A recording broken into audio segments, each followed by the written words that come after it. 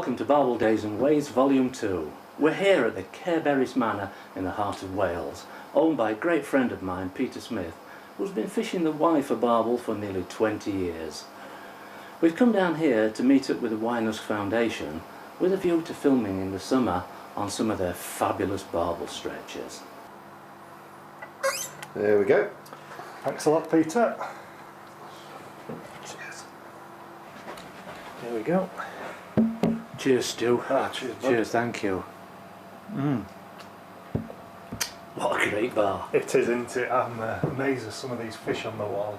Yeah. Fantastic. It's a hell of a pike up there, isn't it? I know. Only thing I haven't got a weight on that, has it? I wonder No. how big it is. No. I'll tell you what is interesting above that.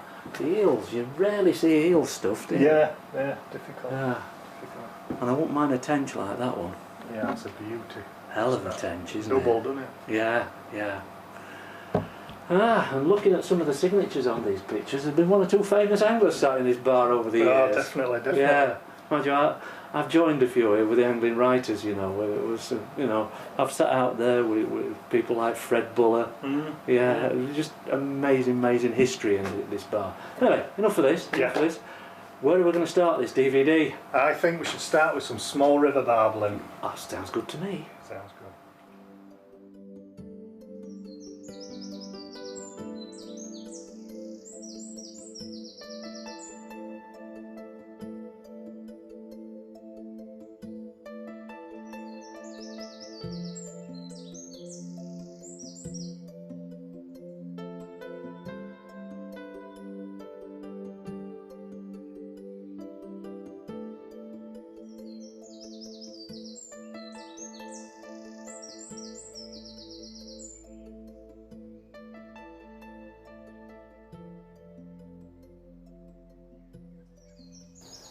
Well, it's Saturday morning now.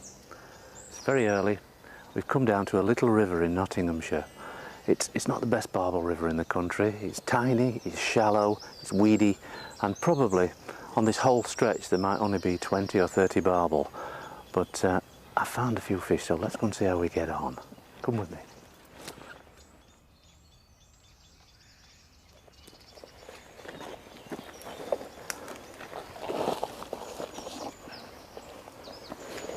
Okay, what I'm going to do now is I'm just going to put half a dozen bait droppers in here. I'm going to use ellipse pellets, a little bit of hemp, and then I'm going to come out the swim and leave it for a full hour. I'll drop back in between time to see what happens. But at the moment there's no fish in this swim, and that's unusual. There's another swim just below here that somebody's decimated the bush. We've seen a fish in there, but I don't know how they're going to respond to that. But we'll work between the two swims and see how we go. Okay, what I'm going to do is I'm going to put a little bit of hemp in here, only a small amount, and a mixture of 3 sizes of pellets. Very small ones, medium ones, and not many large ones. The large ones will go on the hook.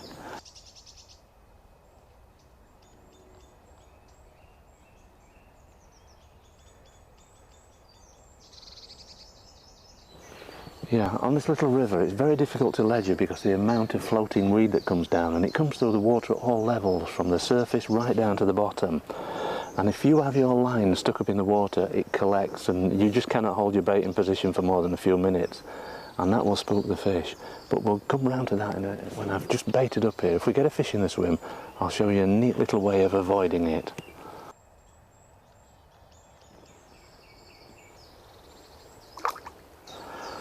10 droppers gone in now.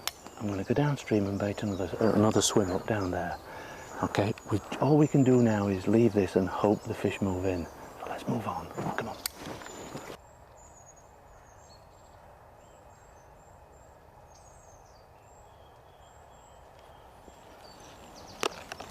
Okay, this is our second swim here. As you can see, it's one bush in the middle of a long straight.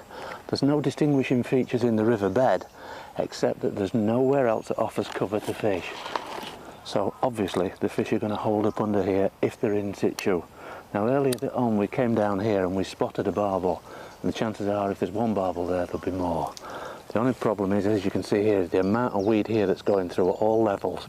And when we do start fishing, we have got to get we've got to get our line as near to the bottom as possible, and that means fishing right across this stream of weed, and that's going to be very difficult. But let's see how we go on. Let's get the fish there first, and then we'll worry about what we do next. I can actually see a big chub at the back of the bush there, just drifted across. There's a clear area of gravel behind the bush, just over the back of that streamer, and that's the area we're going to hope to fish in. With both swims baited, it's time to return to my first swim and see what's happening.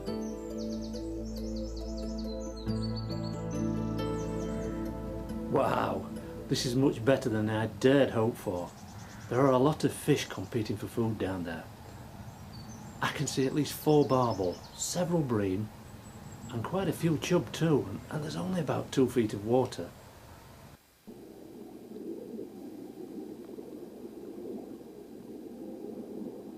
A couple of these barbel are as big as anything we're likely to find anywhere on the river, and what's interesting is that these fish are quite happy to feed side by side. There's no evidence of one species bullying another out of the way.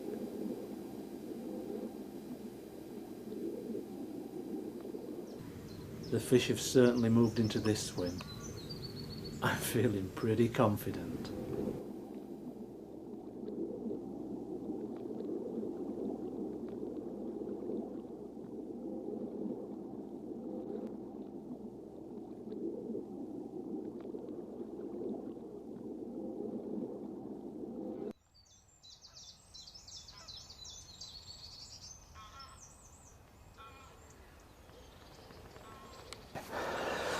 Okay, before we start fishing, let me just run you through the rig very briefly here.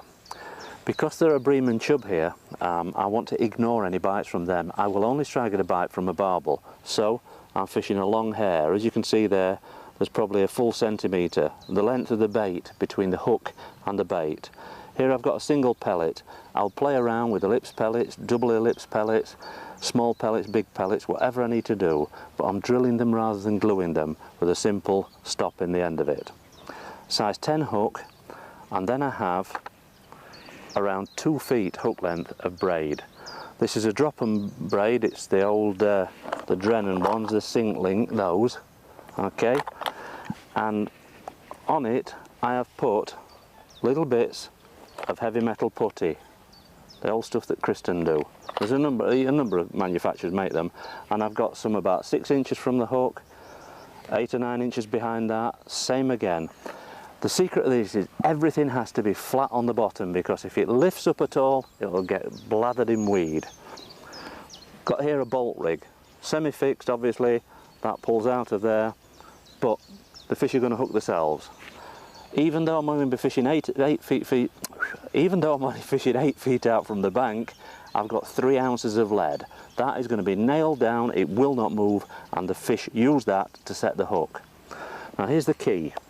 Behind here, about 3-4 feet away, what I have is a couple of float stops.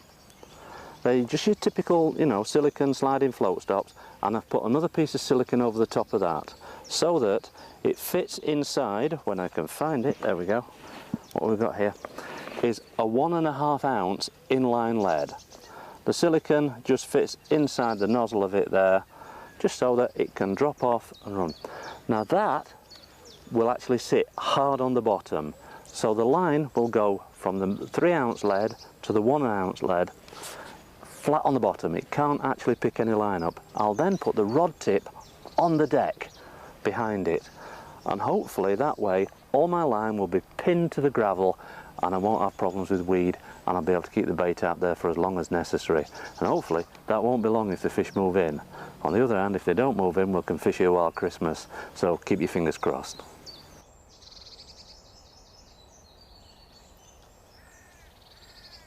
In the short time that we've been here, it's noticeable that the water is starting to colour up, probably due to the rain we had last night. On the other hand, that should be good for barbel, but the drawback is it will increase the amount of weed and debris coming down the river. This may look strange, but it's the only way you can fish in these conditions.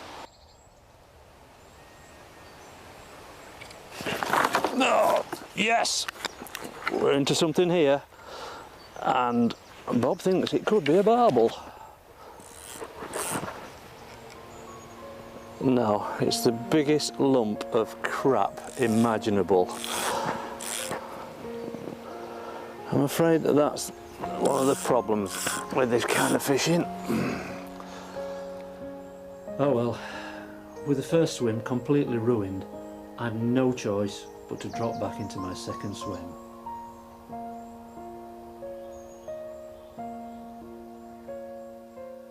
I can't see any fish over there at the moment. It's likely they've cleaned up all the free offerings and gone back beneath the bush. So what I'm going to do, I'm going to introduce a little bit of feed and get my rig positioned while they're out of the way.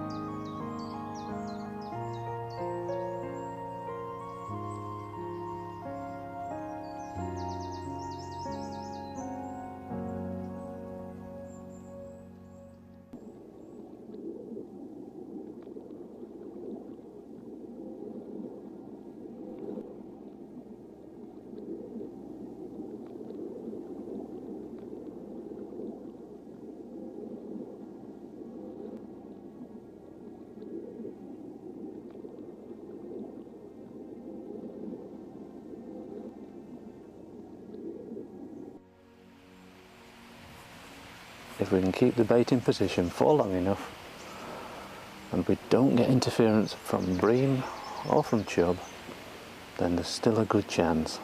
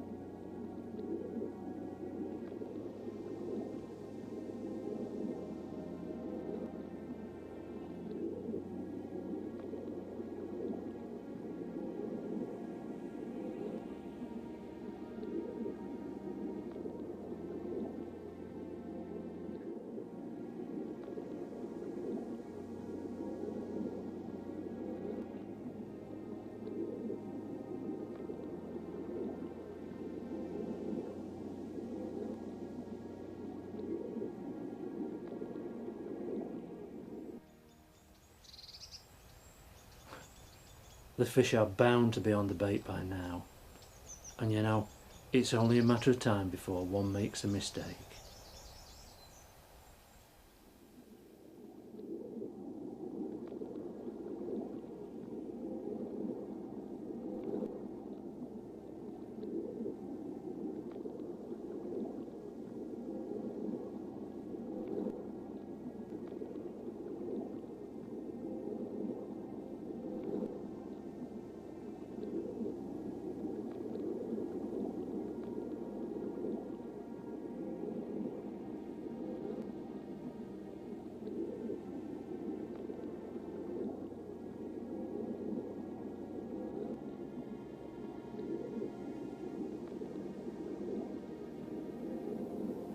If I can only keep my rig free of debris for a little while longer, one of them for sure will make a mistake.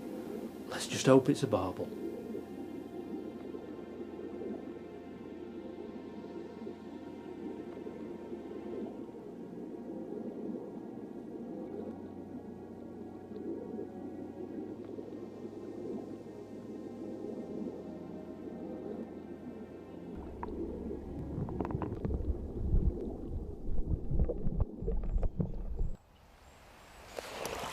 Yes! This is it, Stu. This is the moment we've been hoping for. I'm just hoping whoever dragged that tree out there didn't leave a stump. This is no bream. Oh, this looks a decent fish. Oh, he's going under the tree. Come back. Oh, look at that. What you don't want is a big raft of weed and branches and twigs like that to catch a line, or you're in deep trouble. This is what small river barbel fishing's about.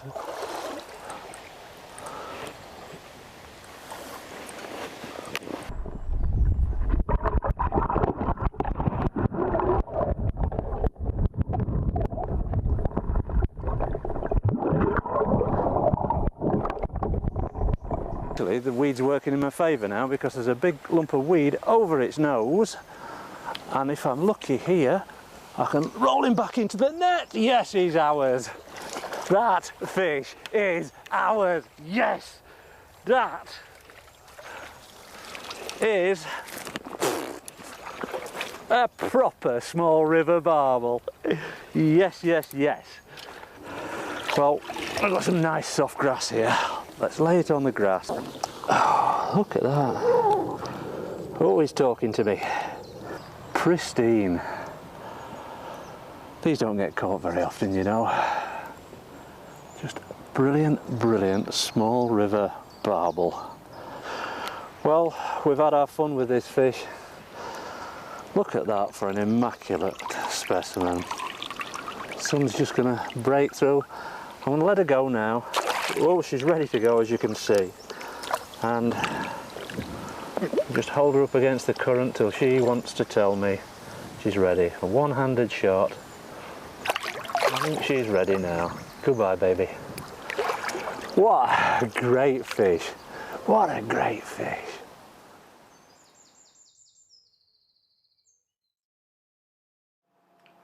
Hey, that were a close one there, Bob. I didn't think you were going to pull it off there, to be honest. Bit nip and tuck, that. Yeah, just a bit. But what a great method to use when there's weed coming down the river. The rod tip on the floor. Yeah, I mean, there's fish there, is there? We couldn't have kept a bait in position for more than a couple of minutes. No, I mean, that river does suffer from a lot of weed coming down, but it's certainly something to bear in mind on other rivers when you get that initial hour of flood or 2 hours where the rubbish comes down. Particularly on shallow rivers. Yeah. But as you say, when the flood begins, it pulls all the leaves and grass off the bank, and the early part of the flood is often unfishable. Yeah, yeah. And definitely. that's when the fish really have a go. Yeah.